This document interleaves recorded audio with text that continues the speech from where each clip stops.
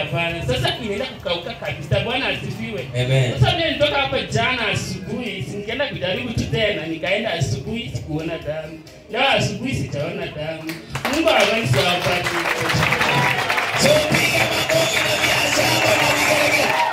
Ubarikiwe. Bwana asifiwe.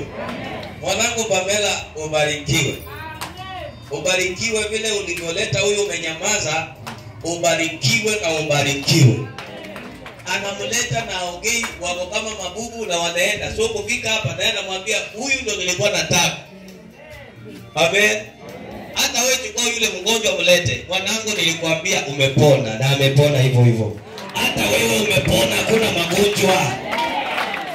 Ubarikiwe. Testimony ya pili ni kuhusu mume wangu. Yes. Sasa wakati nilitoka nyumbani nilikuwa nimekasirika kwa sababu ilikuwa nikimwambia mimi ni mgonjwa, yani wamemweka ile roho yenye anishughulikie. Yes. Sasa mimi kwa sababu ninaelewa nikajua hapana, si kupenda kwake, hivi ni matibabu yamewekwa ndani mwake. Na mimi nikasema tu Mungu anaponya. Sasa nikaambia ninaenda mahali.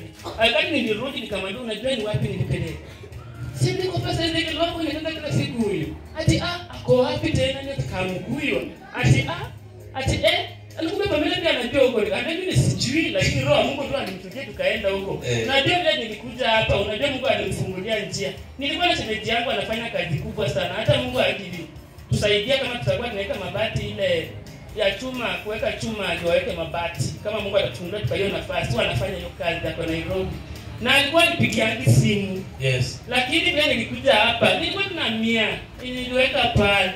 Na vile nilipigia, akanipigia simu akaniambia huko kwangu huko kwendi sawa. Unaweza kuja Nairobi.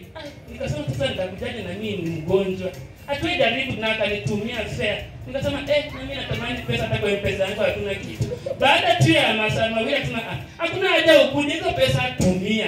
Bwana asifiwe. Amen. Na mimi nitumie hiyo pesa na akaniambia na mzee wako anafanya nini? Nikamwambia hakuna, ako tu ile biashara ijanguka tuko tu.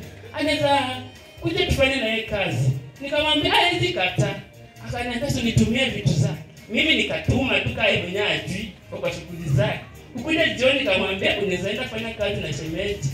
Ati mimi natafutanga kazi. Alafu sasa tulikuwa hapa mkesha sasa Monday yake mkesha nyingine Monday yake akapigiwa simu akaenda tukana. Mungu awabariki. Amen.